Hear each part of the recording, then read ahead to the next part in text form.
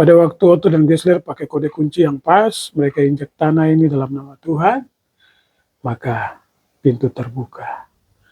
Dan di situ lampu dinyalakan. Lampu Injil, lampu dinyalakan, pemerintah masuk, manusia terang. Manusia mengalami agama, sekolah, dan pemerintahan. Jadi dari pesan ini terlintas bahwa di balik sejarah Pulau Papua yang cukup tertutup dan terkancing, terkunci, mereka ibarat ini pulau setan dulu. Tetapi ketika injak tanah ini dalam nama Tuhan lewat Otto dan Gessler, maka hari ini kami sudah mendapat terang, sudah mendapat kehidupan yang layak seperti negara-negara lain. Begitu pula dengan kondisi manusia Papua. Manusia Papua yang cukup dipandang sebelah mata, keriting hitam, kaki babu, dan mungkin tidak terlalu dianggap. Tetapi di balik itu ada mengandung satu bentuk yang sama dengan tanah Papua yang dulunya mungkin terkunci dan mungkin tidak terkenal menurut dunia, tertutup. Tetapi ibarat hal yang sama dengan manusia Papua yang kelihatannya mungkin kurang masuk hitungan. Di sini kita lihat ada cerita-cerita latar belakang bahwa Daud memang tidak masuk hitungan dari saudara-saudaranya. Tetapi lewat Daud, Goliat jatuh dan Israel mengalami kejayaan yang luar biasa. Jadi di sini juga kami setiap manusia yang ada di bumi itu orang seperti main bola, semua itu penting, termasuk tanah Papua dan manusia Papua juga bagian dari hitungan Tuhan untuk sesuatu yang penting. Apalagi dia bilang orang kunci,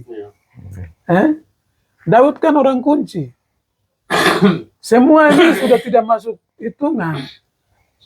Samuel bilang mungkin masih ada lagi, dan mereka ketemu Daud sebagai orang kunci. Sama juga dengan cerita Yusuf dan kawan saudara-saudaranya di Mesir. Waktu saudara-saudaranya sudah kumpul, dia bilang baru Benyamin mana? Benyamin orang kunci. Jadi bangsa Papua adalah bangsa terakhir yang ada di dalam sistem modernisasi yang luar biasa, yang mungkin sampai hari ini masih dianggap mungkin sebelah mata dan tidak terlalu dianggap. Tetapi jangan sampai Papua menjadi orang kunci.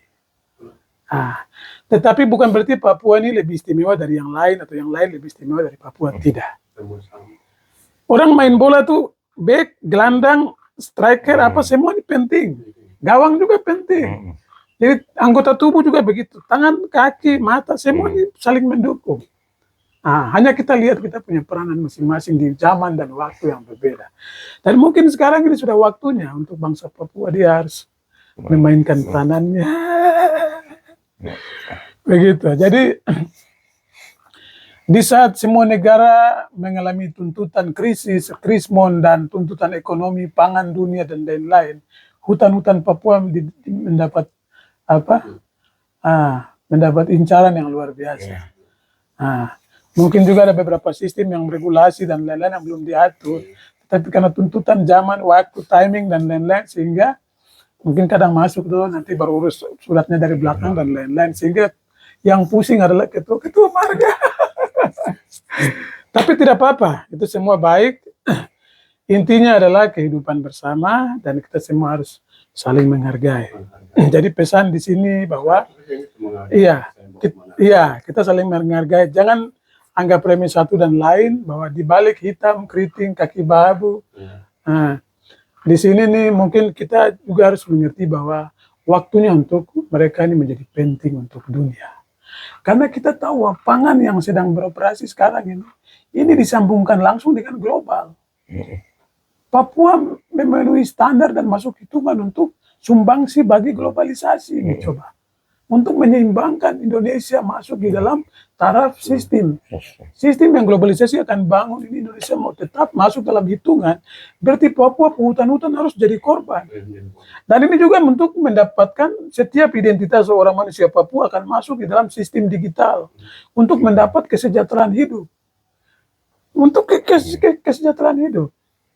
Nah, sehingga tinggal pengaturannya nih yang mungkin kita sama-sama harus lewat. Ya, lewat pemerintah sudah atur cukup luar biasa.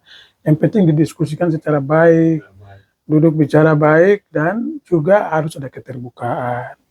Kasih tahu undang-undang aturannya, dan ini harus cepat. Karena jujur saja, jujur. Kami minta maaf. Minta maaf itu susah. Aku minta maaf saja tidak apa-apa. Biasanya anak minta maaf ke bapak tuh agak bisa, tapi bapak mau minta maaf ke anak ini agak susah. Tapi tidak apa-apa. Aduh, kami sudah lanjut karena begini, globalisasi tuntut kami. Kami harus segera begini karena begini. Biar aturan otsusnya begini, kami agak kemarin tuh ini, tapi minta maaf. Minta maaf juga mungkin harus masuk boleh. Di dalam forum toh, iya, tidak usah tutup-tutup. Sehingga masyarakat, apalagi pele, orang Papua ini kalau kau minta maaf, tapi puas hati kayak, batu juga pica itu. Itu langsung bisa kasih, kau tambah ambil lagi yang sebelah sana sudah. Tapi karena tidak ada minta maaf, semua mau pasang tutup-tutupi apa ini yang aduh, itu juga tidak apa-apa. Ini yang penting duduk bicara baik, pasti bisa. Sehingga antara tanah Papua dan manusia Papua ini hubungannya cukup kuat.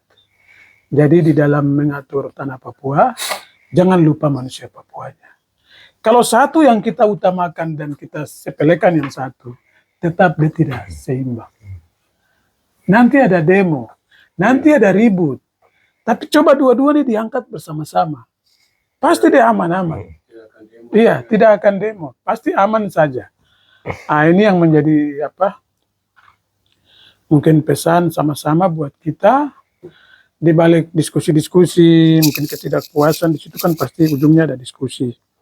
Di situ mungkin kita terbuka padanya, minta maaf lagi juga perlu, supaya dia kena di hati. Karena orang Papua tuh kalau kau minta maaf, tuh hati langsung pecah.